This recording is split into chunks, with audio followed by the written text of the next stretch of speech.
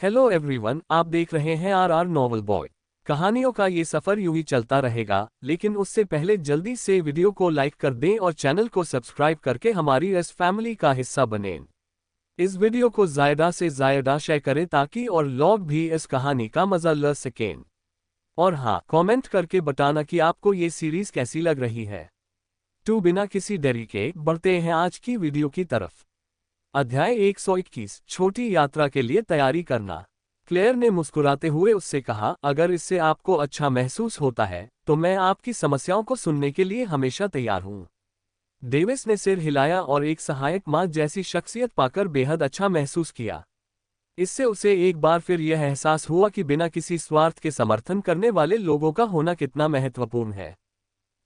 लगभग समय हो गया है। अगर मैं अभी नहीं निकला तो शर्ली के जन्मदिन समारोह में नहीं पहुंच पाऊंगा। एवलिन भी तैयार हो रही होगी। डेविस ने अपने अगले काम के बारे में सोचते हुए जवाब दिया। उसने सिर हिलाते हुए कहा, ठीक है, अपना ख्याल रखना। अगर तुम्हारा सामना पुनर्जन्म लेने वाली एलिया से हो जाए तो हर हाल में भाग जाना या अपने स्वामी को सहायता के लिए पुकारना। तुम्हें शर्मिंदा होने की जरूरत नहीं है। डेविस मुस्कुराया और क्लेयर के जाने के बाद अपने अध्ययन कक्ष में लौट गया। परिवार को विदाई देने के बाद शाही महल छोड़ने से पहले उन्होंने अपने कपड़े बदले और कुछ चीजें तैयार की। अल्पविराम। कॉल्डन मनो के सामने खड़े होकर डेविस ने फाटकों की ओर देखा। उन्होंने काले शाही वस्त्र पहने थे जिन पर सुनहरे ड्रैगन उकेरे गए थे। उनकी चौड़ी आस्तीनों के कफ सुनहरे धागों से कढ़ाई किए गए थे। वह कुछ ही सेकंड तक वहीं खड़ा रहा और इंतजार करता रहा। जैसे ही लोगों ने उसके आलीशान कपड़े देखे, उसके चारों ओर भीड़ जमा होने लगी। लोग उसे ऐसे देख रहे थे मानो वह कोई देवता हो। क्या ये कुछ ज्यादा ही नहीं हो रहा? उसने खुद से पूछा जब उसे कई लोगों की प्रशंसा भरी निगाहें मिली। उन्होंने कुछ हद तक भव्य और आलीशान कपड़े पहने थे। दरअसल उन्हें पता था कि वे सबका ध्यान अपनी ओर खींचेंगे और उनका यही इरादा था, लेकिन यह इरादा तब का था जब वे एवलिन के साथ एस्टन साम्राज्य के लिए रवाना होंगे। क्या ये हमारे साम्राज्य के पहले राजकुमार नहीं हैं? मैंने इन्हें कई साल पहले देखा था। देखो ये कितने सुंदर हो गए हैं। बगल में खड़ी एक महिला उनकी खूबसूरती को निहारते हुए चमक रही थी। दुख की बात है, हम उससे बात भी नहीं कर सकते। अगर वो मुझे एक बार भी देख ले तो मेरी जिंदगी व्यर्थ नहीं जाएगी। उसके बगल में बैठी एक खूबसूरत महिला ने आह भरते हुए कहा। तुम दोनों ऐसा सपने में भी मत सोचना। अगर किसी कट्टरपंथी को पता चल गया तो तुम दोनों मारे जाओगे। उनके पीछे से एक पुरुष की आवाज गूंजी। वे दोनों चुप हो गए क्योंकि वे पहले राजकुमार के कट्टरपंथियों के बारे में जानते थे। फिर पुरुष की आवाज जारी रही, उन कट्टरपंथियों की बात करें तो मुझे आश्चर्य है कि वे यंग मिस्ट्रेस एवलिन कॉल्डन के बारे में कैसा महसूस करेंगे। मुझे नहीं पता, शायद वे ईर्ष्या से ही मर जाएंगे। सुंदर महिला ने अपनी भौहें उठाते हुए जवाब दिया। फिर उस आदमी ने सिर हिलाया और जवाब दिया, मैं भी यही सोचता हूँ। क्या तुमने कल की अफवाह के बारे में सुना? मैंने सुना कि कॉल्डन परिवार की युवा मालकिन को शाही महल में बुलाया गया था और शाही महल में विस्फोट होने के एक दिन बाद वह वापस लौटी। जरूर कोई झगड़ा हुआ होगा। क्या ऐसा हो सकता है कि पहले राजकुमार ने राजमहल में रहने के दौरान उसकी कौमार्यता छीन ली हो, जिसके कारण उसके पिता वहां आए और उसे गुस्से में वापस ले गए? अब जब मैं इसके बारे में सोचती हूँ तो ऐसा हो सकता है, पहले बोलने वाली महिला ने ईर्ष्या से कहा। उन तीनों की कल्पनाएं बेकाबू हो रही थी कि अचानक एक चीख ने उन्हें चौंका दिया और वे चौंककर मर गए। तुम अफवाहें फैलाना बंद करो। डेविस ने खूबसूरत दिखने वाली महिलाओं की ओर इशारा किया। वह महिला ये सोचते ही जम गई और बेहोश हो गई, उसने मुझे देख लिया। बाकी दोनों ने जल्दी से उसे उठाया और भाग गए। डेविस ने हाथ से इशारा करना बंद कर दिया और अपने हाथों को अपनी पीठ के पीछे बांध लिया। हे भगवान, ये लोग किस तरह की अफवाहें फैला रहे हैं? मैंने उसकी वर्जिनिटी ली। बिल्कुल बकवास। हालांकि उसने ऐसा सोचा, लेकिन उसके चेहरे के हाव भाव कुछ और ही कह रहे थे। उनके चेहरे पर एक स्वस्थ मुस्कान थी जो दर्शकों को और भी ज्यादा मंत्रमुग्ध कर रही थी। हट जाओ, हट जाओ। घुटने टेकते हुए गार्ड जल्दी से डेविस के सामने दौड़ पड़े। मुख्य रक्षक ने सिर झुकाकर कहा, महामहिम कृपया हमारे कॉल्डन परिवार के हवेली के अंदर आइए।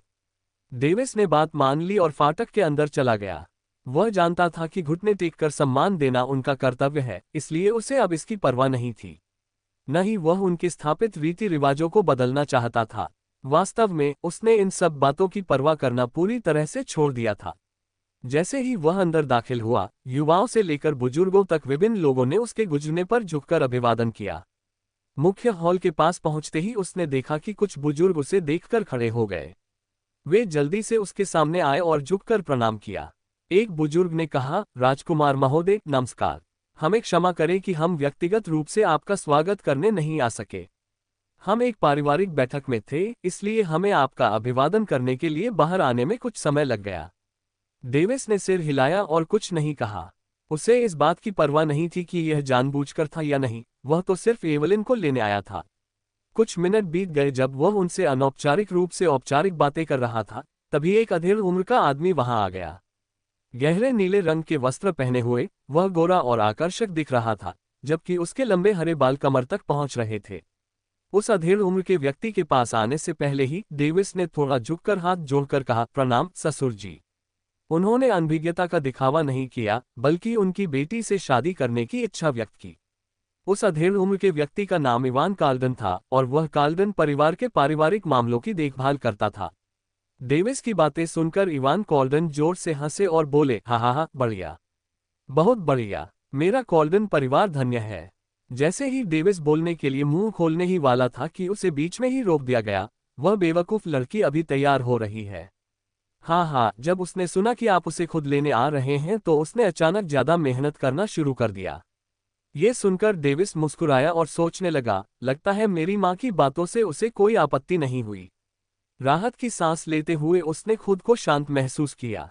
इवान कार्ल्डन बोलने से पहले एक पल के लिए हिचकिचाया। युवराज डेविस, दुल्हन के पिता के रूप में मैं आपसे व्यक्तिगत रूप से बात करना चाहूंगा, क्या ये ठीक है?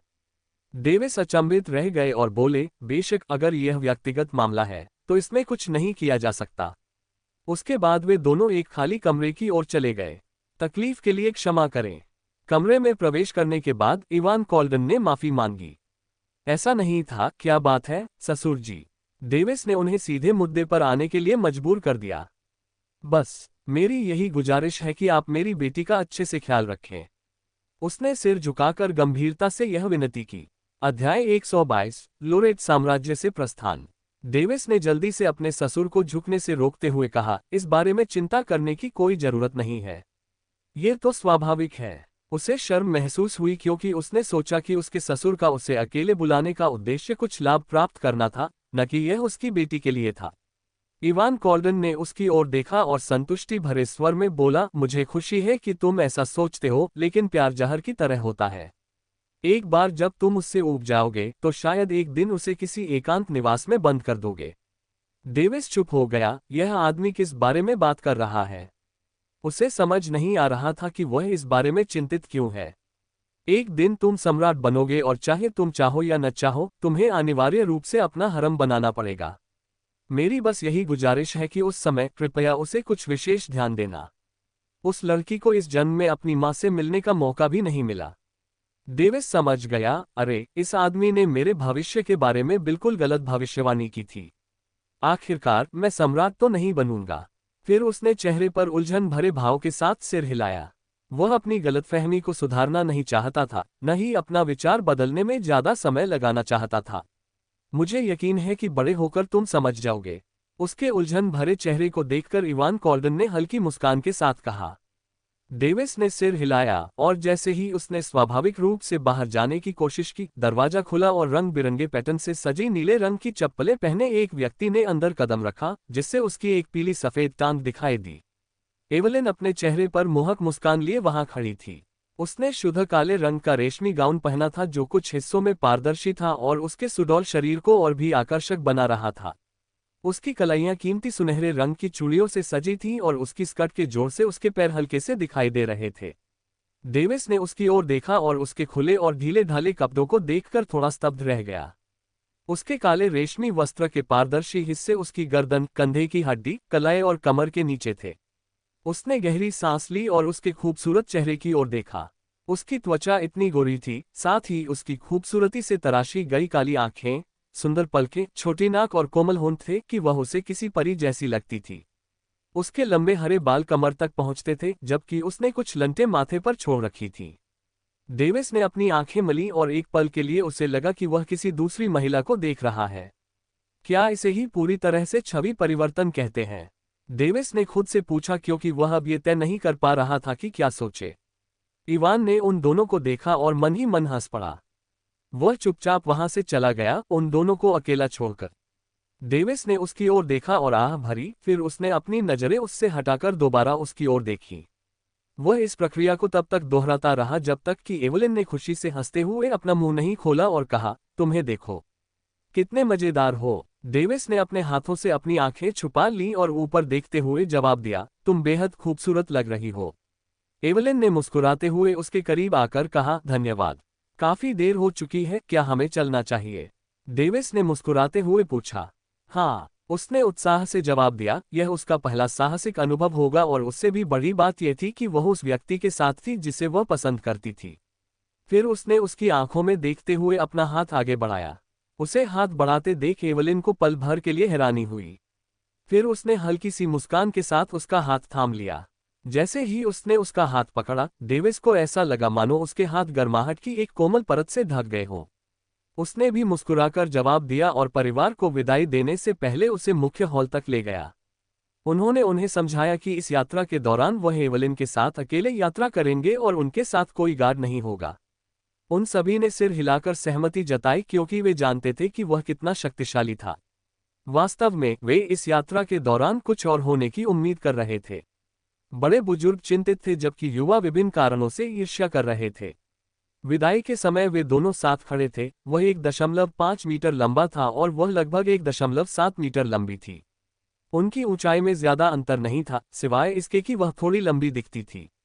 एवलिन को उसके हाथ पकड़ने में शर्म आ रही थी, लेकिन उसने उसका हाथ थामे रखा और उसे जाने नहीं दिया। कुछ हद तक इसलिए क्योंकि उसे लग रहा था कि उनकी उम्र में 10 साल का अंतर है, और कुछ हद तक इसलिए क्योंकि उसे यह हास्यास्पद लग रहा था कि शादी से पहले ही उसके इतने करीब रहना ठीक नहीं है। वे हवेली से निकल पड़े और पास ही की छोटी यात्रा की उम्मीद कर रहे थे। अल्पविराम। राजसी राजधानी के बाहरी इलाके में उत्तरी द्वारों से बहुत दूर एक चौड़ी सड़क उत्तर पश्चिम दिशा की ओर जाती थी, जो अंततः पास के किसी राज्य की ओर ले जाती थी। क्या ऐसा हो सकता है कि हमें एस्टन साम्राज्य तक पैदल ही जाना पड़े? एवलिन ने चिंता से पूछा। अब बस 1 महीने से थोड़ा कम समय बचा था। अगर वे इसी रफ्तार से चलते रहे तो समय पर नहीं पहुंच पाएंगे। बिल्कुल नहीं, मैं तुम्हें एस्टन एम्पायर तक ले जाऊंगा, डेविस ने हंसते हुए जवाब दिया। एवलिन मुस्कुराए और खिलखिलाकर हंस पड़ी। उसे उसकी बातों पर आधा यकीन था और आधा संदेह भी था। हाँ, मैं तो बस मजाक कर रहा था। उधर देखो, डेविस ने ऊपर की ओर इशारा करते हुए कहा। एवलिन ने ऊपर देखा और अपनी आंखें सिकोड़ लीं। आकाश से आती तेज रोशनी ने उसकी दृष्टि को चकाचौंध कर दिया। कुछ क्षण बाद उसने ध्यान केंद्रित किया और बादलों के बीच से आकाश में एक उड़ती हुई आकृति को देखा। डेविस ने जोर से सीटी बजाए और अपने हाथ हिलाए। उड़ती हुई आकृति अचानक अविश्वसनीय गति से नीचे गिरने लगी। जब यह जमीन पर गिरने से ठीक 20 मीटर दूर था, तभी इसने अपने कांटेदार पंख फैलाए और खुद को ऊपर की ओर धकेलने में कामयाब रहा और जमीन पर उतरने से पहले अपने पंखों को फड़फड़ाते हुए गिरने की गति को काफी कम कर दिया। ये 20 मीटर लंबा था और इसका पूरा शरीर काले और गहरे नीले रंग का था। इसकी पीठ पर रेजर की तरह नुकीले कांटे थे और इसकी पूंछ बीच में कांटेदार और अंत में चाकू की तरह तेज थी। उसके माथे पर 2 लंबे सुनहरे सींग थे और उसके चेहरे पर रेजर जैसे नुकीले दांत और एक तेज जीभ थी। साथ ही उसकी ठोड़ी पर एक छोटा सुनहरा सींग था, जिससे वह काफी राजसी दिखता था। सम्राट का पर्वत। एवलिन की आंखें तब तक चौड़ी हो गईं जब तक वह किसी तरह इसकी उपस्थिति की पुष्टि कर पाए। अध्याय 123। एक कमरा ले लो। हाँ, मेरे पिता ने इसे मुझे इस यात्रा के लिए उधार दिया था। मैं राजधानी में हंगामा नहीं करना चाहता था, इसलिए मैंने इसे अपने साथ शहर के बाहरी इलाके में ले जाने का फैसला किया, डेविस ने जवाब दिया। लेकिन उनके मन में कुछ और ही चल रहा था। मैं बस कुछ देर इसके साथ घूमना चाहता था और अब मैं पूरी तरह संतुष्ट हूँ। उसने नीचे देखा और पाया कि वह अब भी उसके हाथ पकड़े हुए है। उसके चेहरे पर अनायास ही मुस्कान आ गई। हाँ, जिस क्षण से उसने उसका हाथ थामा, उसने उसे कभी नहीं छोड़ा। वह गलियों से गुजरा, दरवाजों से गुजरा और हर समय उन्हें अलग अलग तरह की निगाहों का सामना करना पड़ा। सबसे महत्वपूर्ण बात यह है कि वह अप्रत्यक्ष रूप से अपने नागरिकों को यह बताना चाहता था कि एवलिन उसकी पत्नी थी। जब उसने अपने किए पर विचार किया, तो उसे एहसास हुआ कि वह काफी अधिकार जताने वाला और मूर्ख था, लेकिन उसके दिल में एक अवर्णनीय भावना जल रही थी, एक ऐसी भावना जो उसने पहले कभी महसूस नहीं की थी। क्या मैं इसे छू सकती हूँ? एवलिन ने पूछा, जो उस राजसी सुनहरे सींग वाले वाइवन को देखकर मंत्रमुग्ध हो गई थी। उसके जिज्ञासु चेहरे को देखकर वह हंसा, हाँ, मैं तुम्हें ऐसा न करने की सलाह देता हूँ। यह एक आध्यात्मिक अवस्था का जीव है और तुम्हें खा सकता है क्योंकि यह तुम्हें नहीं जानता। यह मेरे प्रति भी मित्रवत नहीं है। इसने बस इस यात्रा के लिए मेरा वाहन बनने की सहमति दी है, इससे ज्यादा कुछ नहीं। एवलिन का चेहरा पीला पड़ गया जब उसने सुना कि वह उसे खा जाएगा और वह घबराकर पीछे हटते हुए अपना सिर हिलाने लगी, लेकिन उसे यह प्यारा लगा। चलो चलें, उसने उसके हाथों को खींचते हुए कहा। अचानक उसने उसे राजकुमारी की तरह गोद में उठा लिया और सुनहरे सींग वाले वाइवन की पीठ की ओर छलांग लगा दी, जिस पर काठी रखी हुई थी। घटनाक्रम के अचानक मोड़ पर एवलिन ने एक चीख मारी और जब उसने महसूस किया कि उसके गर्म हाथों ने उसकी कमर और जांघ को थाम लिया है तो वह थोड़ा शर्मा गई। जब वे उसकी पीठ पर उतरे तो वायवन ने जोर से दहाड़ मारी और उड़ गया, इस बात की परवाह किए बिना कि वे उसकी पीठ पर आराम से हैं या नहीं। डेविस और एवलिन अचानक अपना संतुलन खो बैठे और आगे पीछे डगमगाने लगे। जब तक उन्होंने अपना संतुलन संभाला तब तक वे दोनों जम चुके थे। जैसे ही गोल्डन हॉर्न वाइवरन ने अपने पंख फिर से फड़फड़ाए, वह उत्तर पश्चिम दिशा की ओर उड़ गया। उसकी गर्दन के पिछले हिस्से पर वे दोनों जल्दी से एक दूसरे से अलग हो गए। उसकी गर्दन चौड़ी थी, इसलिए उन दोनों के लिए अगल बगल बैठने के लिए पर्याप्त जगह थी। माफ कीजिए, डेविस ने अपने हाथ पकड़ते हुए जल्दी से कहा। शर्म से एवलिन का चेहरा लाल हो गया और उसने अपने स्तनों को गले लगा लिया, जिससे वे और भी मुलायम हो गए। उसने दबी हुई आवाज में कहा, कोई बात नहीं, ये तो होना ही था। लेकिन फिर वह चुप हो गई क्योंकि वह अपनी बात कह नहीं पा रही थी। हाँ, यह एक अपरिहार्य दुर्घटना थी। उसने जल्दी से उसकी बात से सहमति जताई क्योंकि वह स्थिति को और बिगाड़ना नहीं चाहता था। दोनों चुप हो गए और दूसरी तरफ देखने लगे क्योंकि उनके दिमाग में कुछ देर पहले हुई घटना को समझने की कोशिश चल रही थी। वह अनमने ढंग से अपनी हथेलियों को सहला रहा था, उस दिव्य अनुभूति के बारे में सोच रहा था जो उसके स्तनों को छूने के बाद से अब तक उसके मन में बसी हुई थी। अचानक उसने महसूस किया कि कोई उसे घूर रहा है। उसने झट से अपने हाथ पीछे खींच लिए और शर्माती हुई उसकी आकृति को देखकर व्यंग्यात्मक मुस्कान दी। उन दोनों के बीच कुछ देर तक अजीब सी खामोशी छाई रही, फिर इवलिन ने अचानक कुछ चौंकाने वाली बात कह दी। कैसा रहा? सवाल खत्म करते करते उसके कान भी सेब की तरह लाल हो गए थे। उसके चेहरे पर आए अत्यधिक शर्म को देखकर उसका दिमाग अचानक सुन्न हो गया। उसे होश आया और उसने लापरवाही से कहा, यह अविश्वसनीय रूप से नर्म था। उसकी बातें सुनकर और उसकी भावुक निगाहों को महसूस करके एवलिन ने नजरें फेर लीं। उसकी सीधी सी बात सुनना उसके लिए बेहद शर्मनाक था। उस पल माहौल फिर से शांत हो गया।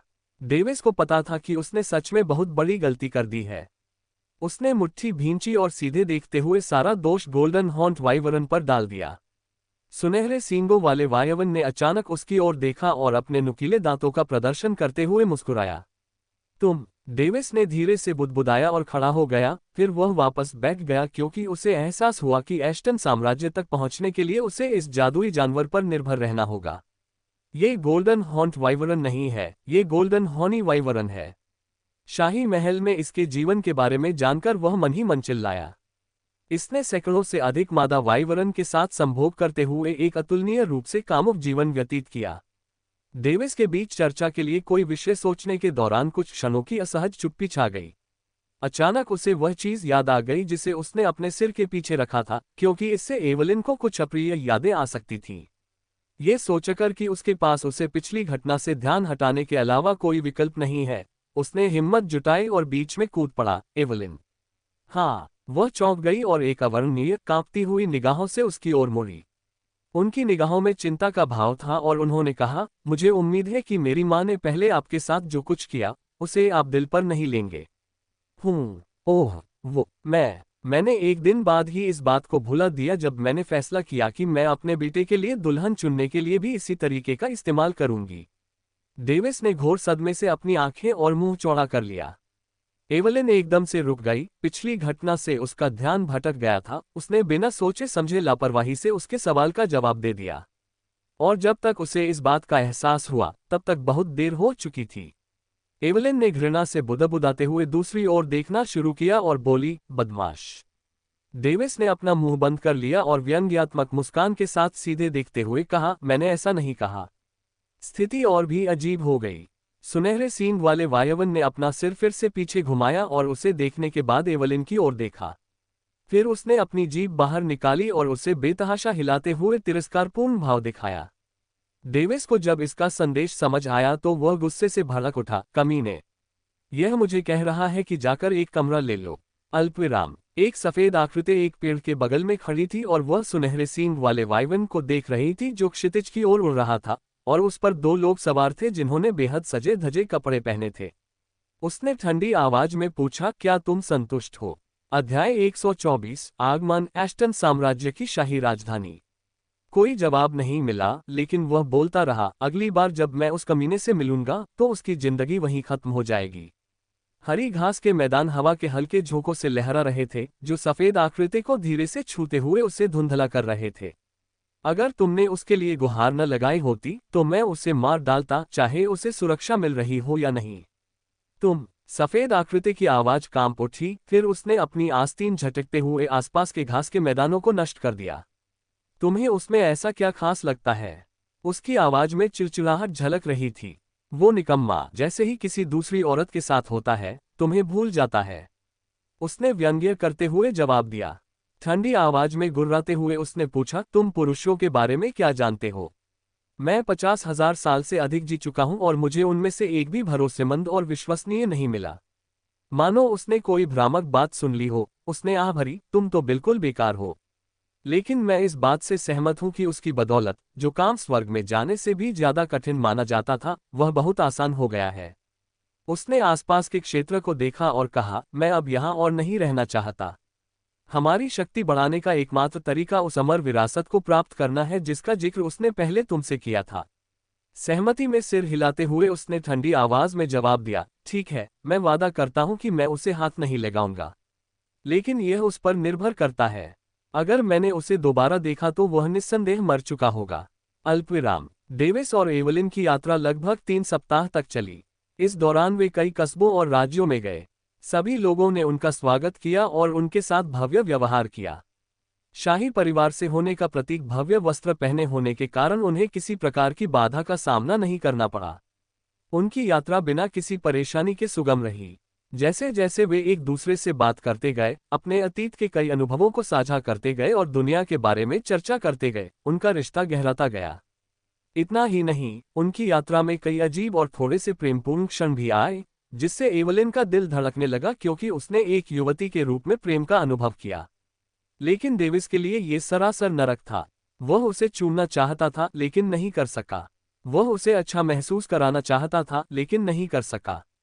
यात्रा के आधे रास्ते में ही उसने हार मान ली और खुद को और ईश्वर को कोसने लगा कि भले ही वह किशोर जैसा दिखता हो, लेकिन उसका शरीर तो बच्चे जैसा है, फिर भी उसकी सोच एक वयस्क जैसी है।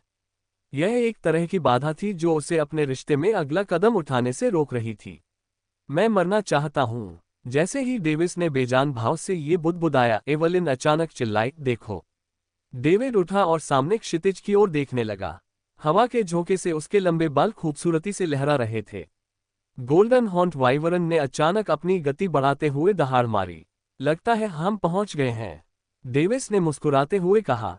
उसने दूर दिख रही लाल दीवारों की ओर देखा जिन पर अनगिनत धधकती ज्वालाओं के प्रतीक बने हुए थे। दीवारों के ऊपर कई आकृतियां थीं, वे ऐसे खड़ी थीं मानो किसी चीज या किसी व्यक्ति की प्रतीक्षा कर रही हो। ये कौन है? एवलिन ने अपनी नजरें केंद्रित करने की कोशिश की, लेकिन उसकी दृष्टि इतनी दूर तक नहीं जा पा रही थी। यो, एस्टन सम्राट स्वयं हमारा स्वागत करने आए हैं। लगता है उन्होंने अभी तक हार नहीं मानी है, डेविस ने अपने विचार स्पष्ट करते हुए मजाकिया लहजे में कहा। एवलिन ने उसकी टिप्पणी पर खिलखिलाकर हंसते हुए सिर हिलाया। उसके साथ बिताए समय के दौरान उसने उससे 2 सगाई होने के बारे में अपने विचार साझा किए। उसने ये भी बताया कि उसकी और शर्ली की सगाई उसके नजरिए से कैसे रद्द हुई। उसने उन सभी बातों को संदेह की दृष्टि से लिया, आधा विश्वास करते हुए, आधा अविश्वास करते हुए। उसके जाने से पहले उसके पिता ने उसे कई बातों के बारे में चेतावनी दी थी, और उनमें से एक बात उन्होंने ये भी बताई थी कि पुरुष अपनी महिलाओं से संबंधित कुछ मामलों में झूठ बोलते हैं या बढ़ा चढ़ाकर बातें करते हैं। एवलिन ने अपने पिता की सलाह मानने का फैसला किया और जब भी उनकी बातचीत किसी दूसरी महिला के बारे में हो तो सतर्क रहने का निर्णय लिया। उसने उसके हाथ पकड़े और अनियमित सांसों के साथ सीधे उसकी ओर देखा क्योंकि वह कुछ असहज महसूस कर रही थी। डेविस दीवारों की ओर देखता रहा। वह दूर से दिखाई दे रही आकृतियों को पहचानने में सक्षम था। शर्ली भी वहां खड़ी है। हाँ, उसके पिता ने उसे भी मुझे व्यक्तिगत रूप से स्वागत करने के लिए मजबूर किया होगा। हे भगवान, दूसरों द्वारा सम्मानित और आदरित होना कितना अच्छा लगता है, डेविस ने सोचा, क्योंकि आखिरकार वह अपने पिछले जीवन की एक लंबे समय से भूली हुई कल्पना को साकार कर सका था। सुनहरे सींगों वाला वायवन दहाड़ते हुए दीवारों के करीब पहुंचा। फिर उसने एक बैकफ्लिप की और दीवारों के पास तेजी से नीचे गिरा। डेविस ने मन ही मन उसे कोसा, लेकिन उसने एवलिन को उठाया और घोड़े की काठी से कूद गया और उसे राजकुमारी की तरह गोद में लिए हुए दीवार पर उतरकर एक शानदार एंट्री की। फिर उसने उसे नीचे उतार दिया क्योंकि वह उस सुनहरे सींग वाले अजगर की तलाश में निकल पड़ा था। शहर के बाहरी इलाके की ओर से यह अपने पंख फड़फड़ाते हुए धीरे धीरे ऊपर उठा और एक सुरक्षा बुर्ज पर उतर गया। पहरेदार भयभीत हो गए, लेकिन उन्होंने उस पर हमला नहीं किया क्योंकि वे जानते थे कि यह घोड़ा किसका है। डेविस ने कसम खाई थी कि एक दिन वह इसे कष्ट देगा, लेकिन ये सोचकर कि इसने उन्हें लगभग 1 महीने तक धोया, वह इसकी चंचलता पर मुस्कुराए बिना नहीं रह सका। उसने अपना सिर घुमाया और हाथ जोड़कर कहा, लोरेट साम्राज्य के डेविस लोरेट, सम्राट एस्टन को नमस्कार करते हैं। गिरने से घबराई हुई एवलिन ने जल्दी से अपने हाथ जोड़े और थोड़ा झुककर कहा, लोरेट साम्राज्य के युवराज की मंगेतर एवलिन कॉर्डन, सम्राट एस्टन को प्रणाम करती हैं। डेविस ने अपनी आंखें थोड़ी चौड़ी कर लीं और मुस्कुरा दिया क्योंकि उसे उसके परिचय से सौभाग्यशाली महसूस हुआ। हाँ, बहुत बढ़िया, बहुत बढ़िया, कितना प्यारा जोड़ा है। उसकी अनाड़ीपन को छोड़कर लैंडिंग लगभग एकदम सही थी। सम्राट एस्टन जोर से हंसे। डेविस ने व्यंग्यात्मक मुस्कान के साथ कहा, क्योंकि वह जानता था कि यह आदमी अपनी टिप्पणियों में हमेशा स्पष्टवादी होता है। लेकिन इस स्थिति में ऐसा लग रहा था जैसे उसने एवलिन के आत्मविश्वास पर प्रहार किया हो।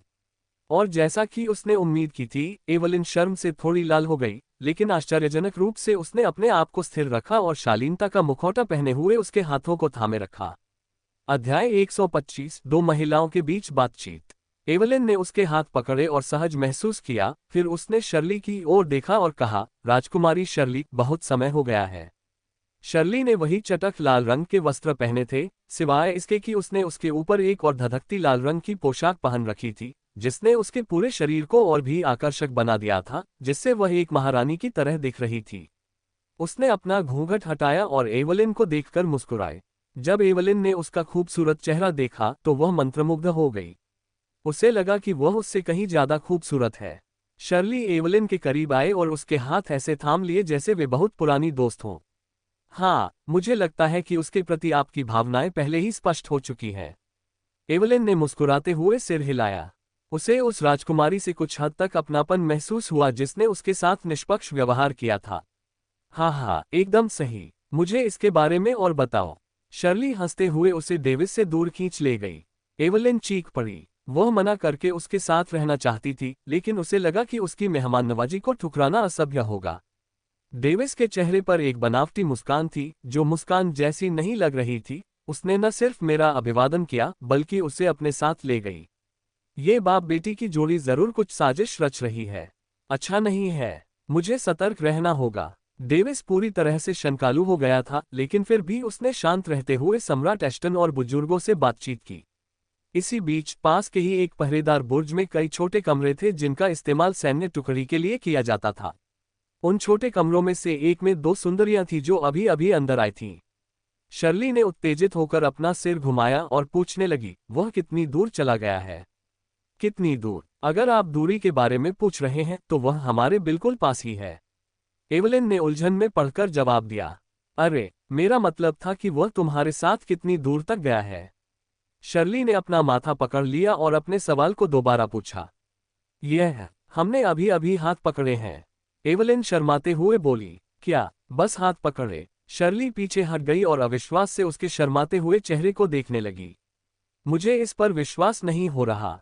मुझे सच बताओ। एवलिन ने मन ही मन सोचते हुए व्यंग्यात्मक मुस्कान बिखेरी। भले ही यह सच हो, फिर भी वह मुझ पर विश्वास नहीं करती। उसके व्यंग्यात्मक चेहरे को देखकर शर्ली ने अपने हाथों से अपना मुंह छुपा लिया और बुदबुदाई, तुम मजाक कर रही हो, है ना? लेकिन वह इतना दबंग था। एवलिन की आंखें तब चौड़ी हो गईं जब उसने शर्ली के शब्द सुने, दबंग। तुम्हारा क्या मतलब है? उसके चेहरे के भाव बदल गए, जाहिर तौर पर वह शर्ली के शब्दों को गलत समझ रही थी। अपनी उंगलियों को आपस में फंसाते हुए शर्ली ने जल्दी से जवाब दिया, क्या? नहीं, मेरा मतलब था कि ग्रैंड सी कॉन्टिनेंट मीट के अंतिम दौर में जब हम लड़े थे तब वह हावी था। इसलिए मुझे लगा कि उसने कुछ समय बाद तक तुम पर भी हावी हो लिया होगा। अपने हाथों को फैलाते हुए एवलिन ने उसके चेहरे पर चिल्लाकर कहा, तुम इस निष्कर्ष पर कैसे पहुंची? उसे समझ नहीं आ रहा था कि वह ऐसा क्यों सोचेगी। थोड़ा पीछे हटते हुए शर्ली ने जवाब दिया, खैर मुझे पता है कि मेरे भाई जवानी आते ही अपनी कौमार्यता खो देते हैं। खासकर तुम्हारे साथ होने पर मुझे नहीं लगता कि वह ज्यादा देर तक खुद को रोक पाएगा। इसलिए मैंने सोचा कि उसके साथ भी ऐसा ही हुआ होगा। आखिर हम सब शाही परिवार से हैं। उसकी बात सुनकर एवलिन को रोने का मन हुआ। ये क्या है? क्या ये कोई परंपरा है? अपनी ठुड्डी पर उंगली रखते हुए शर्ली ने जवाब दिया, ऐसा कहा जा सकता है। मैंने सुना है कि मेरे भाइयों ने अपने नौकरों के साथ पहली बार शारीरिक संबंध बनाए थे, और यह कोई रहस्य भी नहीं है। एवलिन का चेहरा जम गया, उसके दिमाग में एक आकृति उभरी, से नौकर। जैसे ही शर्ली ने ये शब्द अपने मुंह से सुना, उसकी आंखें चमक उठी। आह! नौकरों की बात करें तो मुझे आश्चर्य है कि क्या उसने अपना पहला प्यार उस लड़की को खोया था। एलिया थी क्या? वो यहाँ नहीं है। वो उसे यहाँ नहीं लाए। अजीब, वे तो इतने करीब लगते थे। अचानक उसने महसूस किया कि माहौल एकदम शांत हो गया है, और उसे तुरंत एहसास हुआ कि उसने कुछ ऐसा कह दिया है जो उसे नहीं कहना चाहिए था। एवलिन ने फर्श की ओर देखा, उसने कुछ देर तक अपना सिर ऊपर नहीं उठाया। शर्ली इंतजार करती रही, लेकिन उसने उसे सांत्वना नहीं दी क्योंकि वह इस मामले पर उसकी प्रतिक्रिया देखना चाहती थी। शर्ली को हर तरह के रोमांटिक विषयों में दिलचस्पी थी, और यह उसका एक छिपा हुआ शौक था। वह अपनी बहनों और भाइयों से उनके रिश्तों और प्रेम प्रसंगों के बारे में पूछती थी। ये प्रेम और स्नेह से भरे पलों से भरपूर था। कुछ बनावटी पल भी थे, लेकिन उसे ये बिल्कुल पसंद नहीं थे। उन प्यारे पलों के विपरीत उसे लगा कि डेविस बड़ा होकर महिलाओं पर हावी होने वाला लड़का है, और इसीलिए उसने मौका मिलते ही उससे शादी करने से इनकार कर दिया। कुल मिलाकर वह जबरदस्ती के रोमांस से तंग आ चुकी थी, और उसे लगता था कि वह भी उसके साथ उसी राह पर चल पड़ेगी। ये ठीक है। वह अपने विचारों में खोई हुई थी, तभी उसने ध्यान दिया कि एवलिन ने कुछ कहा था। मैंने कहा कि यह ठीक है, एवलिन ने एक बार फिर दृढ़ स्वर में कहा। क्या ठीक है? शर्ली असमंजस में थी। एवलिन ने गहरी सांस ली और उसके सवाल का जवाब दिया, मुझे इस बात से कोई फर्क नहीं पड़ता कि उसने उस लड़की के साथ पहले ही ऐसा कर लिया था या नहीं, क्योंकि मुझे पहले से ही अंदाजा था कि ऐसा हो सकता है। आखिरकार उसकी मां ने मुझे उस लड़की से सावधान रहने की चेतावनी दी थी। ओह! शर्ली ने बड़ा चढ़ाकर हाँ कहा और जिज्ञासु निगाहों से पूछा, तो फिर वह तुम्हारे साथ कैसा व्यवहार करता है? जब एवलिन ने उसका सवाल सुना तो वह संतुष्टि भरी मुस्कान के साथ मुस्कुराई और अपने हाथों को अपने दिल पर रखते हुए बोली, वह मेरे साथ मेरे अपने परिवार से भी बेहतर व्यवहार करता है। शर्ली ने भावहीनता से अपना सिर हिलाया और एक अज्ञात भावना उसके दिल से गुजर गई।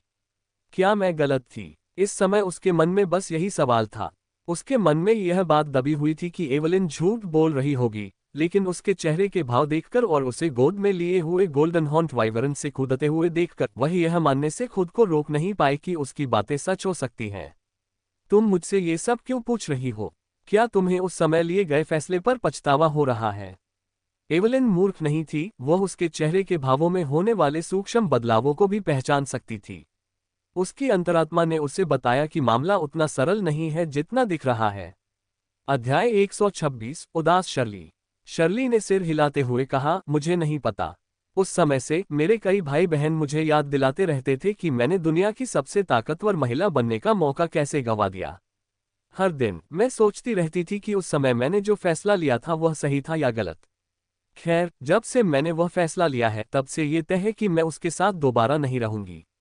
मैं बस ये जानना चाहती थी कि मैं सही थी या गलत।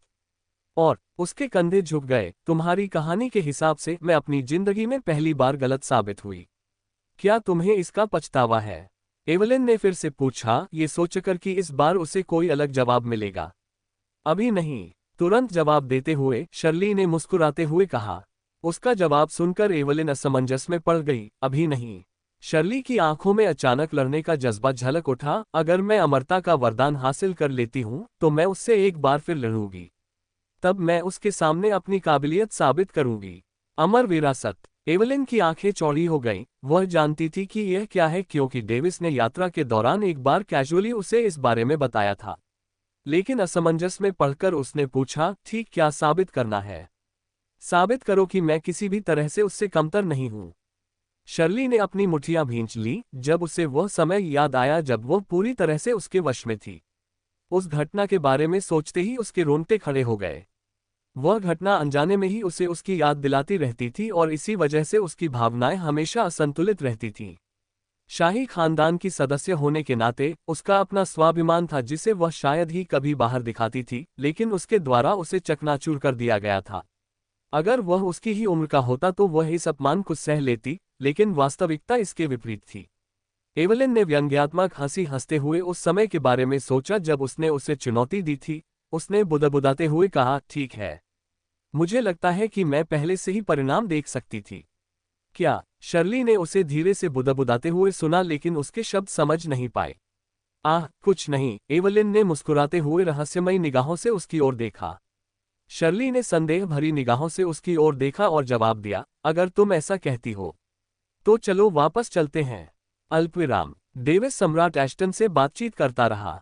उनकी बातचीत से उसे समझ में आया कि जाहिर तौर पर 2 दिन बाद उसका 21वां जन्मदिन मनाने के लिए एक भोज आयोजित किया जाएगा। उस समय ऐसा लग रहा था कि भविष्य में उससे शादी करने का मौका पाने के लिए कई युवा आपस में प्रतिस्पर्धा करेंगे। ये बात उनके लिए पूरी तरह से आश्चर्यजनक थी, क्योंकि उन्होंने पहले सोचा था कि सम्राट एश्टन अभी भी उन्हें निशाना बना रहे हैं, लेकिन फिलहाल ऐसा बिल्कुल भी नहीं लगता। मुझे लगता है कि तुमने उसे मुझसे शादी करने के लिए राजी करने की कोशिश छोड़ दी है, डेविस ने हंसते हुए जवाब दिया।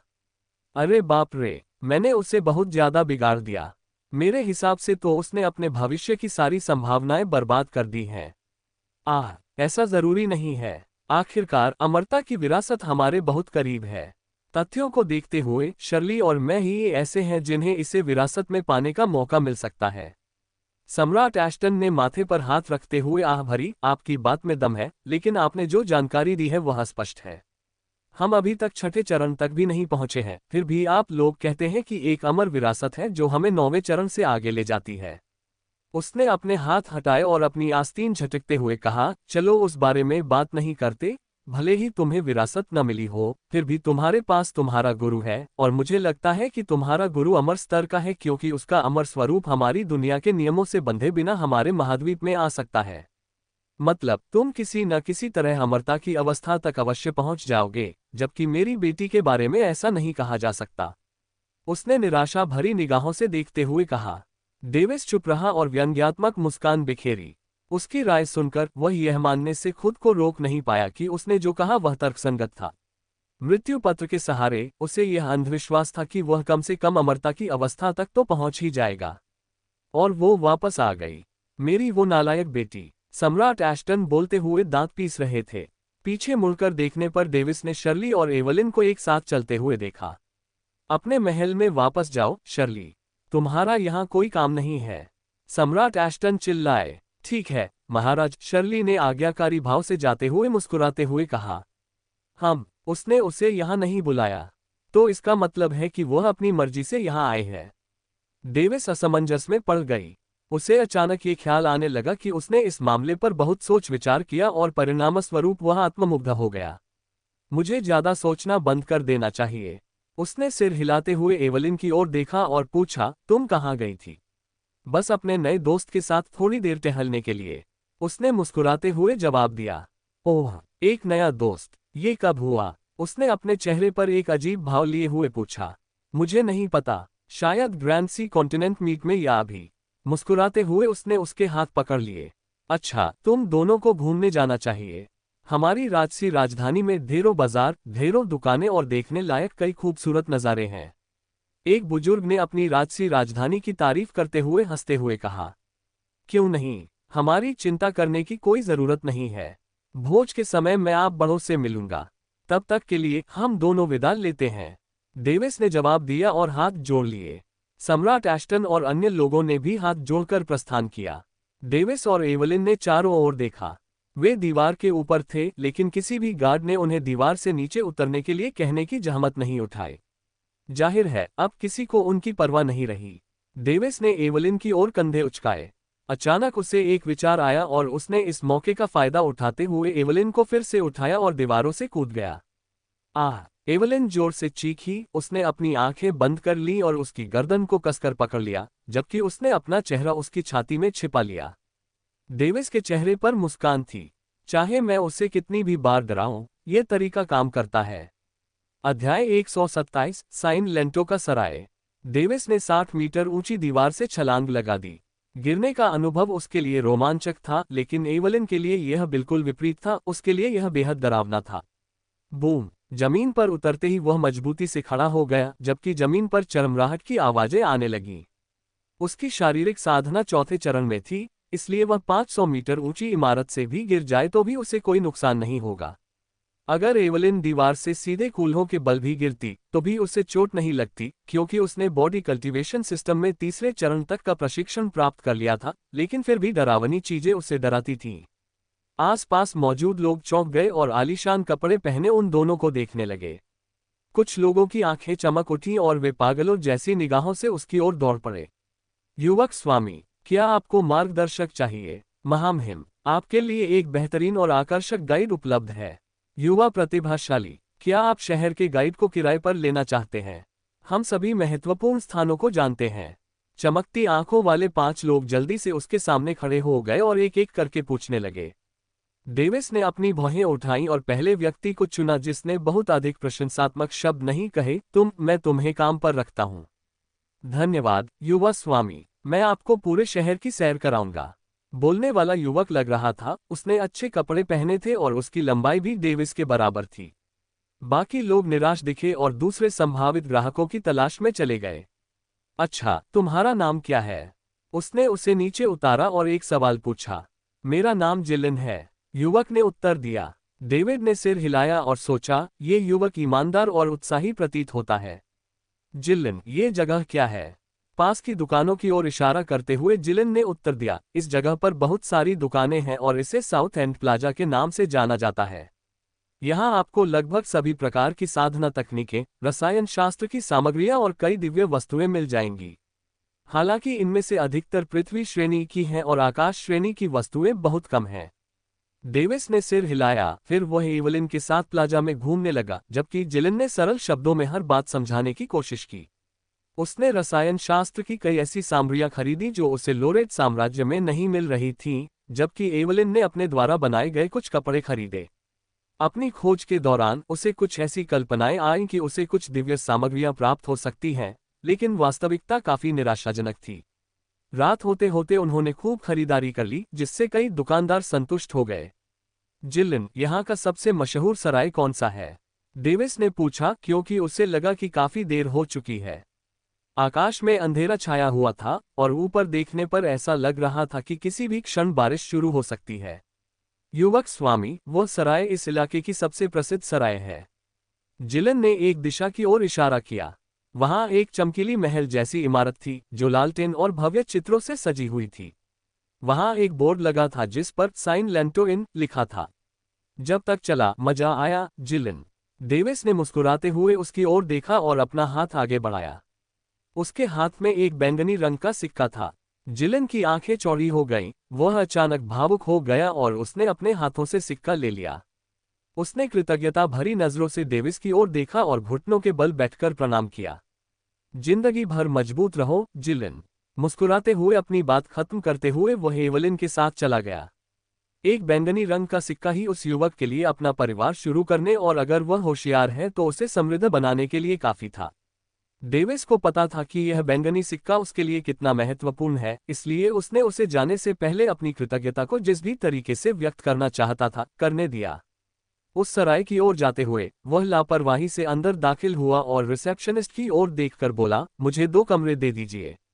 यह अनुरोध सुनकर रिसेप्शनिस्ट के चेहरे पर हैरानी के भाव आ गए।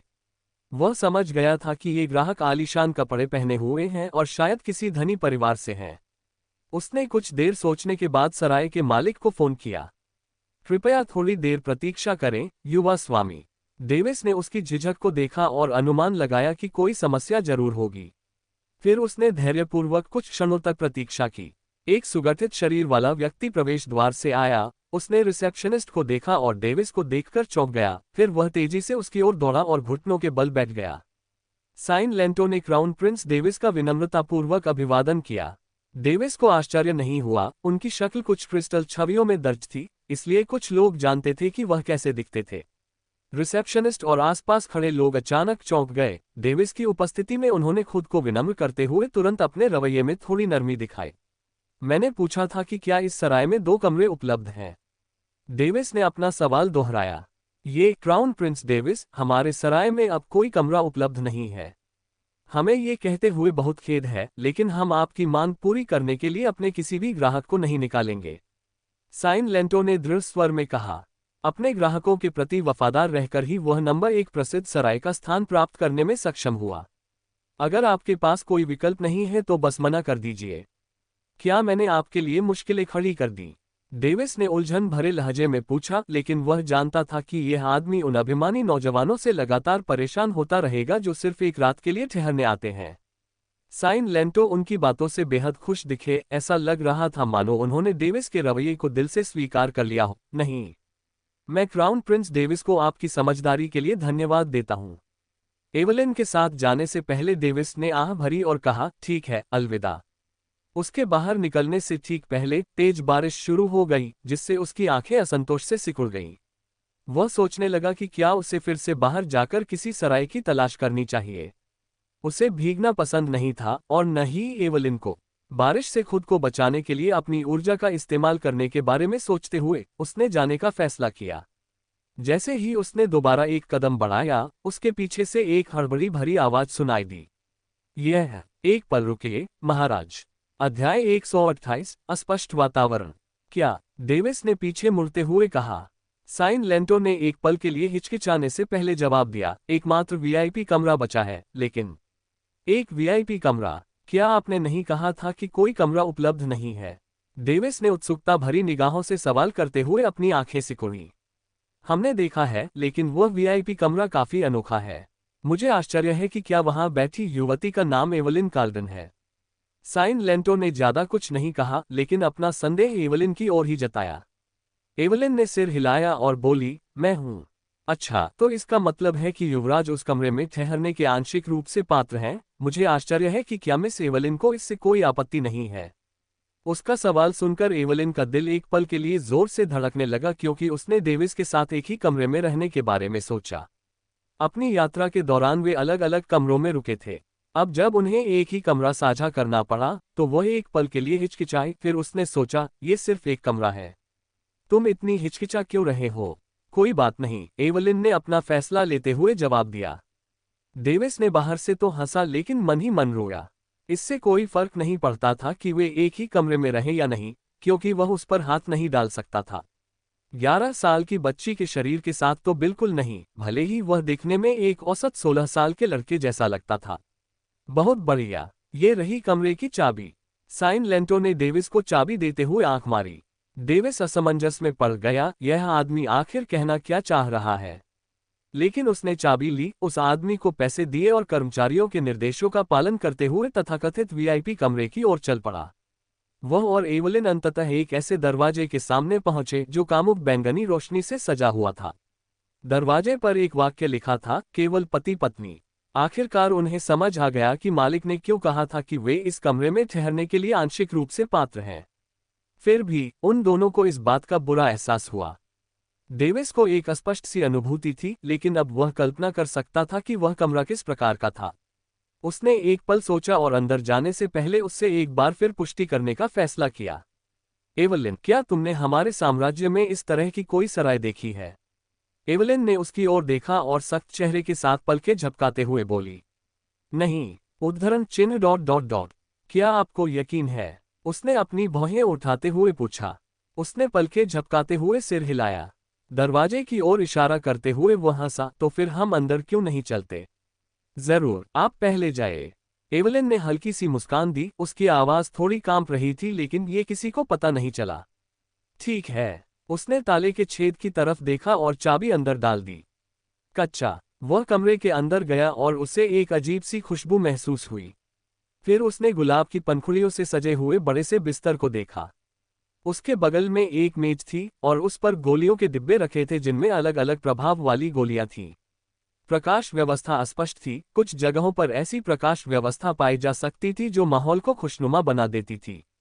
दीवारों को ध्वनिरोधक बनाया गया था और कई तरह की गुप्त संरचनाएं तैयार की गई थीं, इसलिए यहाँ जो कुछ भी होता है वह यहीं तक सीमित रहता है जब तक कि यहाँ रहने वाले लोग इसका खुलासा नहीं कर देते।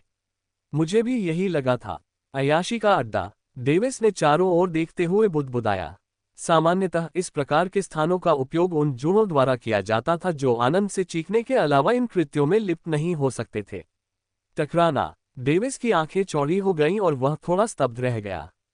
उसने पीछे मुड़कर देखा तो एवलिन बंद दरवाजे पर झुकी हुई थी और उसके हाथ उसकी पीठ के पीछे थे।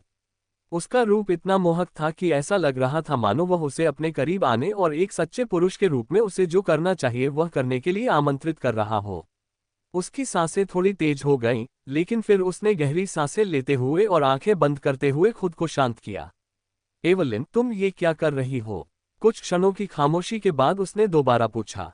तुम जानते थे कि यह जगह क्या है ना?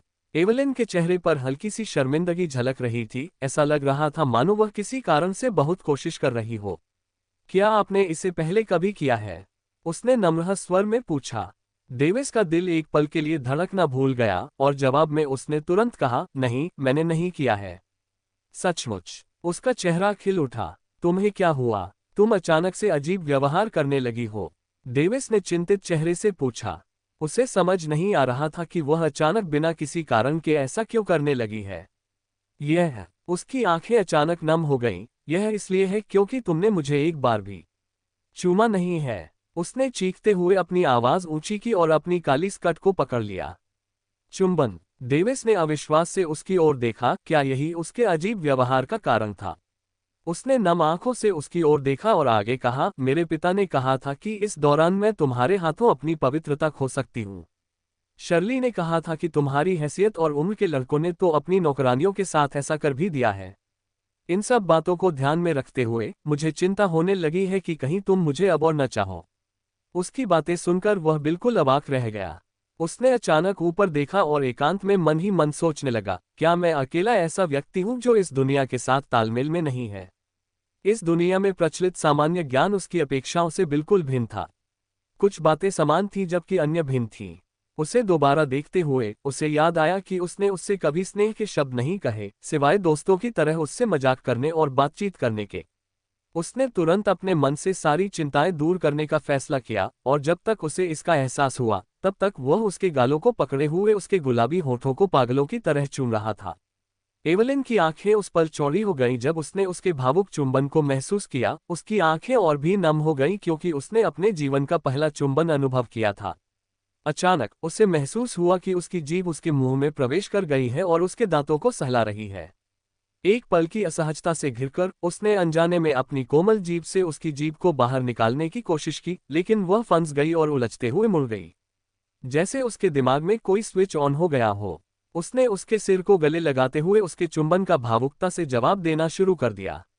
वे एक दूसरे के शरीर से कसकर चिपक गए और अतुलनीय तालमेल के साथ चुंबन किया, जो उनके पहले के प्रदर्शन से बिल्कुल अलग था। डेविस ने उसकी जीभ चाटी और उसके होठों को कई बार चुमा, यहां तक कि वह गिनती भूल गया। उसने महसूस किया कि उसके दोनों स्तन उसके सीने से दब रहे हैं। उसके हाथ उसके चेहरे से हटकर उसके रसीले स्तनों को पकड़ लिया। संतुलन बिगड़ने और गिरते ही उसके मुंह से एक दबी हुई कराह निकली। अध्याय 129 भोज से एक दिन पहले। डेविस ने उसकी कमर पकड़ी और उसे उठाकर बिस्तर की ओर बढ़ा। उसने उसे बिस्तर पर छोड़ दिया, उसके ऊपर चढ़ गया और उसकी धुंधली काली आंखों में देखने लगा। उनके चेहरे एक दूसरे से बस कुछ इंच की दूरी पर थे और वे एक दूसरे की गर्म सांसों को महसूस कर सकते थे। एवलिन ने गहरी गहरी सांसें लेते हुए उसकी ओर देखा। उसका चेहरा गुलाब की तरह लाल हो गया था और उसे गर्मी महसूस हो रही थी। तेज सांसों के कारण उसकी छाती ऊपर नीचे हो रही थी। मैं तुमसे प्यार करता हूँ, डेविस ने घोषणा की और एक बार फिर से उस पर झपटा, उसके होठों को जोश से चूमते हुए। एवलिन का दिल जोर से धड़कने लगा जब उसने फिर से अंतरंगता से जवाब दिया। उनकी जीभें बेतहाशा एक दूसरे से टकराईं और उन्होंने अपनी उंगलियों को आपस में फंसा लिया। पूरे 30 सेकंड बाद उनकी सांस फूलने लगी और उनके होंठ अलग हो गए।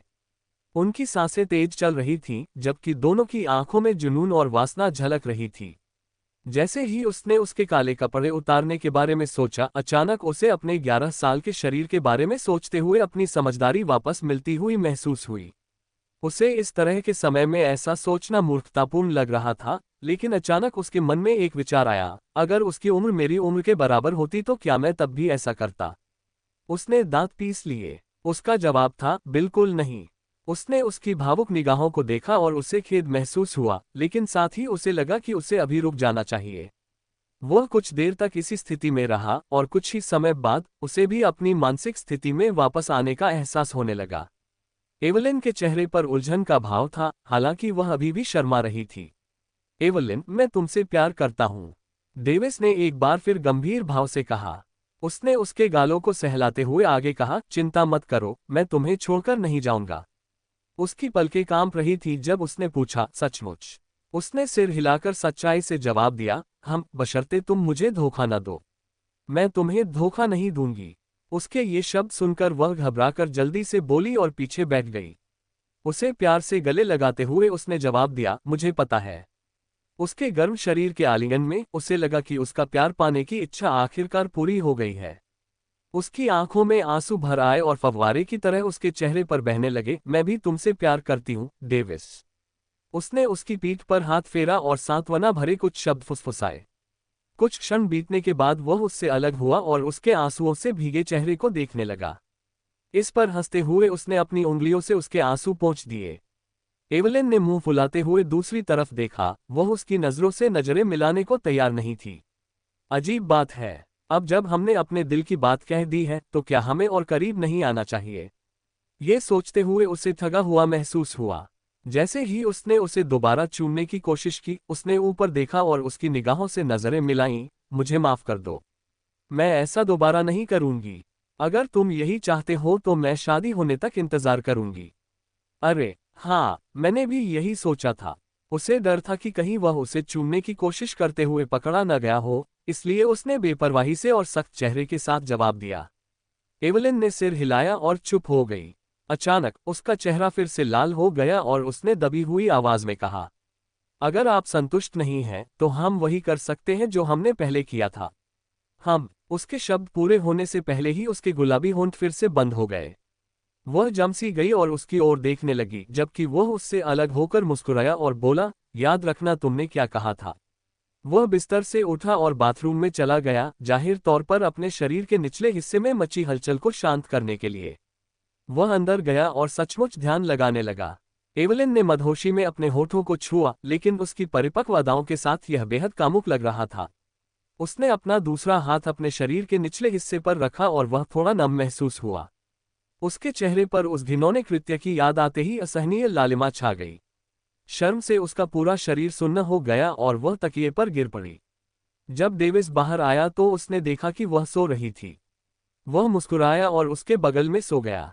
अल्पविराम। अगले दिन जब वे जागे तो दोनों के चेहरों पर थोड़ी शर्मिंदगी थी और उन्होंने झिझकते हुए एक दूसरे से बात की और अभिवादन किया। लेकिन कुछ ही देर बाद उन्होंने एक दूसरे को देखा और अपनी अजीबोगरीब हरकतों पर हंस पड़े। तैयार होने के बाद वे सराय से बाहर निकले। इस दौरान उन्हें ईर्ष्या, प्रशंसा और जलन भरी निगाहों का सामना करना पड़ा। उन्होंने पूरा दिन शाही राजधानी का भ्रमण करने में बिताया। वहां इतने सारे मनमोहक दृश्य थे जिन्होंने उनका मूड खुशनुमा बना दिया। जब वे घूम रहे थे तो उन्होंने कई युवकों को आलीशान वस्त्रों में लिपटे हुए देखा। डेविस समझ गया कि वे भी जन्मदिन की दावत के लिए ही यहां आए थे। डेविस को यकीन था कि उसने उन्हें ग्रैंड सी कॉन्टिनेंट मीट में नहीं देखा था, इसलिए उसने अनुमान लगाया कि वे प्रतियोगिता के लिए निर्धारित आयु सीमा को पार कर चुके होंगे। फिर भी उसने उनसे बातचीत शुरू करने की जहमत तक नहीं उठाई, क्योंकि उसे लगा कि यह उबाऊ हो सकता है, खासकर जब वह एवलिन के साथ बिताए समय का भरपूर आनंद ले रहा था। उसके चेहरे पर हमेशा एक मुस्कान रहती थी, क्योंकि उसे उस तथाकथित डेट का अनुभव करने का मौका मिल रहा था जिसके बारे में वह हमेशा पढ़ता रहता था। लेकिन इससे खूबसूरत और आकर्षक कुलीन महिलाओं को उससे बातचीत शुरू करने के लिए उसके पास आने से नहीं रोका जा सका। डेविस को सिरदर्द हो गया, लेकिन उन्होंने चतुराई से एवलिन को अपनी प्रेमिका और होने वाली पत्नी के रूप में सीधे सीधे पेश करके उनके प्रस्तावों को ठुकरा दिया। उन अभिमानी महिलाओं के चेहरे एक भद्दी मुस्कान में सिकुड़ गए, फिर उन्होंने एक दूसरे को देखकर मुस्कुराया और चली गईं। उन्हें थोड़ी चिंता थी कि उनके साथ आए संभ्रांत युवक कहीं उन्हें परेशान न कर दें, लेकिन उनकी हैरानी की बात यह थी कि कोई भी उन्हें परेशान करने नहीं आया। ऐसा लग रहा था मानो वे किसी और काम में व्यस्त हों। फिर उसने राहत की सांस ली और सारा समय खुशी खुशी सिर्फ उसी के साथ बिताया। रात होते होते वे आराम करने और कल होने वाले जन्मदिन के भोज में शामिल होने के लिए एक दूसरे सराय में चले गए। दुर्भाग्यवश सराय के अंदर जाते ही एवलिन ने 2 कमरों के बारे में पूछने में पहल कर दी, जिससे उसके मन में निराशा बढ़ने लगी। वह एक बार फिर उन गुलाबी होठों को चूमने के लिए बेताब था, लेकिन उसे पता था कि एवलिन ने इसे जरूर देख लिया होगा, जिसके चलते उसने दूसरा कमरा ले लिया होगा। क्यों? क्योंकि वह पूरे दिन बार बार उसके होठों को घूरते हुए पकड़ा जा रहा था। उसे जरूर घृणा हुई होगी। यही सोचते हुए वह उदास होकर अपने कमरे की ओर चल पड़ा। वह अपने कमरे में गया और बिस्तर पर लेट गया, अपने अस्तित्व के अर्थ पर विचार करते हुए उदास बैठा रहा। अध्याय 130 तुच्छ अंतर्धाराएं। समय शांतिपूर्वक बीत रहा था कि अचानक एक दस्तक सुनाई दी, जिसने उस शांति को भंग कर दिया जिसे डेविस अपने जीवन में एक बार नहीं बल्कि कई बार अनुभव करना चाहता था। डेविस उठते ही अपनी आंखें चौड़ी करते हुए दरवाजे की ओर देखने लगा। क्या वह आई थी? उसका चेहरा उत्साह से चमक उठा और वह पलक झपकते ही दरवाजा खोलने के लिए दौड़ पड़ा। जैसे ही उसने दरवाजा खोला, उसका चेहरा बेहद बदसूरत हो गया, मानो घृणा से उसकी आत्मा शरीर से निकल गई हो। क्या मैंने अभी अभी एक आदमी के लिए दरवाजा खोला? और वह भी इतने उत्साहित चेहरे के साथ। उसके सामने एक दुबला पतला आदमी खड़ा था जो इस सराय का कर्मचारी प्रतीत होता था। बताओ, तुम क्या चाहते हो? डेविस ने उस दुबले पतले आदमी को शत्रुतापूर्ण निगाहों से देखते हुए पूछा। दुबला पतला आदमी कांप रहा था। वह जानता था कि यह ग्राहक कौन है, क्योंकि लोरेट साम्राज्य के युवराज के यहाँ ठहरने की अफवाह जंगल की आग की तरह फैल गई थी। बोलो, डेविस ने गुस्से से कहा। सामान्यतया वह उसके साथ विनम्रता से पेश आता, लेकिन जब उसे एहसास हुआ कि उस दरवाजे के पीछे एवलिन नहीं है, तो वह क्रोधित हो गया। हाँ, दुबले पतले आदमी ने फिर से कांपते हुए एक लड़की की तरह पत्र पेश किया, जिसने हिम्मत जुटाकर अपने क्रश को पत्र पेश किया हो। जब डेविस ने वह पत्र देखा, तो उसकी आंखें चौड़ी हो गईं। क्या तुम मुझसे मजाक कर रहे हो? जब डेविस इस आदमी को सबक सिखाने के बारे में सोच ही रहा था कि तभी उस दुबले पतले आदमी ने कहा, बाहर एक औरत ने मुझे ये चिट्ठी आपको देने को कहा। उसने कहा कि ये बहुत जरूरी है और चाहे कुछ भी हो जाए, मुझे ये आपको देनी ही है, वरना मेरी जान चली जाएगी। उसने मुझे ढेर सारे प्लेटिनम के सिक्के भी दिए, इसलिए मैं खुद को रोक नहीं पाया। मैं आपसे माफी मांगता हूँ। कृपया इस तुच्छ आदमी को माफ कर दीजिए। जब तक उसने अपनी लंबी बात खत्म की, डेविस उसकी घुटनों के बल बैठी मुद्रा को देखकर अवाक रह गया। डेविस ने पत्र लेने से पहले एक पल के लिए झिझकते हुए पूछा, वह महिला कैसी दिखती थी? दुबले पतले आदमी ने जवाब देने से पहले एक पल के लिए गहरी सांस ली और कहा, मैं उस महिला का चेहरा नहीं देख सका क्योंकि उसने अपना चेहरा मास्क से ढका हुआ था, लेकिन उसकी आवाज बहुत ही शानदार थी। डेविस ने आंखें सिकोड़ते हुए दोबारा पूछा, और क्या? दुबले पतले आदमी की आंखें इधर उधर दौड़ती रहीं। फिर उसने दबे स्वर में कहा, उस औरत ने काले वस्त्र पहने थे, लेकिन मैं यकीनन कह सकता हूं कि उसका शरीर बिल्कुल ऐसा आकार का था। जब डेविस ने ये सुना, तो उसके चेहरे पर मुस्कान आ गई, क्योंकि उसने सोचा कि यह आदमी काफी मनोरंजक है। हाथ हिलाते हुए डेविस ने आह भरी, ठीक है, तो जाओ। मैं युवराज को उनकी समझदारी के लिए विनम्रतापूर्वक धन्यवाद देता हूँ। झुककर दुबला पतला आदमी चला गया। डेविस ने दरवाजा बंद किया और बिस्तर पर बैठ गया। फिर उसने पत्र खोला और बुदबुदाते हुए कहा, अब यह क्या हो सकता है? पत्र पर राजसी चिन्ह बना हुआ था, लेकिन उसे इस बात का यकीन नहीं था कि यह सच है या नहीं। उसने पत्र खोलकर उस पर लिखे शब्द पढ़े, युवराज डेविस लोरेट, जैसे ही आप ये पत्र पढ़ना समाप्त करें, इसे जला दें। मैं, शर्ली एश्टन, लिख रही हूँ। यह जरूरी है, कृपया अकेले ब्राइट स्टार रॉयल पैलेस आइए, मैं आपसे किसी महत्वपूर्ण विषय पर बात करना चाहती हूँ। डेविस ने अपनी ठुड्डी पकड़ ली और सोचने लगा कि उसे जाना चाहिए या नहीं। इसे जला दें। क्या वह मुझसे संपर्क करते हुए पकड़े जाने से बचना चाहती है? क्या उसे मेरी मदद की जरूरत है, या वह कोई साजिश रच रही है? उसने सोचा, लेकिन किसी निष्कर्ष पर नहीं पहुंच सका। खड़े होते ही उसने अपने हाथों को अपनी ठुड्डी से हटाया और मुस्कुराते हुए कहा, अगर मैं नहीं गया तो मुझे कैसे पता चलेगा। वह बाहर गया और उसने दरवाजा बंद कर दिया। अचानक उसे ऐसा लगा जैसे वह धोखा दे रहा हो और सोचने लगा, मुझे वहां जाने से पहले उसे बता देना चाहिए, है ना? लेकिन अगर वह मुझे जाने ही ना दे तो, या कहे कि वह भी मेरे साथ आएगी, ये तो बहुत मुश्किल हो जाएगा। लेकिन फिर भी वे हाल ही में दोस्त बने हैं, इसलिए शर्ली को शायद कोई फर्क न पड़े। लेकिन रुको, फिर उसने मुझे ही क्यों बुलाया, एवलिन को क्यों नहीं? उलझन में उसका सिर दर्द करने लगा। भाड़ में जाए, उसने मन ही मन बुदबुदाया, फिर फैसला लेकर चला गया। अल्पविराम, एक गली में उस सराय से कुछ दूरी पर जहां डेविस और एवलिन ठहरे थे। कुछ हटे कट्टे आदमी, जो देखने में अनुभवी सैनिकों जैसे लग रहे थे, इधर उधर घूमते हुए एक निश्चित दिशा की ओर बढ़ रहे थे। अरे, तुम्हारे पास पैसे हैं ना? मूंछों वाले आदमी ने पूछा। एक आदमी जिसका चेहरा छिपकली जैसा था, खिलखिलाते हुए बोला, चिंता मत करो, उस जगह पर उन खूबसूरत लड़कियों के साथ कुछ रातें बिताने के लिए हमारे पास काफी पैसा है। जल्दी करो और चलो, मैं अपना लिंग उनमें ठोकने के लिए बेताब हूँ। एक और सुगठित शरीर वाला आदमी चिल्लाया और उस जगह की ओर दौड़ने लगा जहां वे रात के सुख का अनुभव करने के लिए जाना चाहते थे। अचानक वह आदमी रुक गया और उसकी आंखें चौड़ी हो गईं। वह एक दिशा में घूरने लगा। इस समय उसके मन में जो कामुकता उमड़ रही थी, उसे देखकर वह सीटी बजाने से खुद को रोक नहीं पाया। बाकी दोनों उसके बगल में आए और सामने के दृश्य को देखकर वहीं जम गए। वहां 3 महिलाएं थीं, जिन्होंने सुरुचिपूर्ण और आलीशान कपड़े पहने हुए थे, और उनके चेहरे ऐसे लग रहे थे मानो किसी घिनौनी चीज ने उन्हें विचलित कर दिया हो। तीनों पुरुषों ने उन अतुलनीय रूप से आकर्षक आकृतियों को देखा। उनकी कामुक वासना के कारण उनकी कुछ बुद्धि नष्ट हो गई और उनके भीतर वासना की आग भड़क उठी। तीनों महिलाओं के चेहरे पर घृणा के भाव थे, लेकिन इससे उनकी उत्तेजना और बढ़ गई, जिससे उनकी तीव्र इच्छा और भी भड़क उठी। सुगठित शरीर वाला वह आत्मविश्वास से भरा व्यक्ति उन 3 महिलाओं की ओर बढ़ा और बोला, महिलाओं, मेरे साथ आइए और मैं वादा करता हूं कि आपको जीवन भर का आनंद मिलेगा। तीनों महिलाओं को देखते हुए उसने बेबाकी से कहा। उसने उन्हें वेश्या समझ लिया था, जो रात में पुरुषों को लुभाने के लिए आलीशान और आकर्षक कपड़े पहने होती हैं। कचरा, हरे रंग के आलीशान रेशमी वस्त्र पहने एक महिला ने कहा।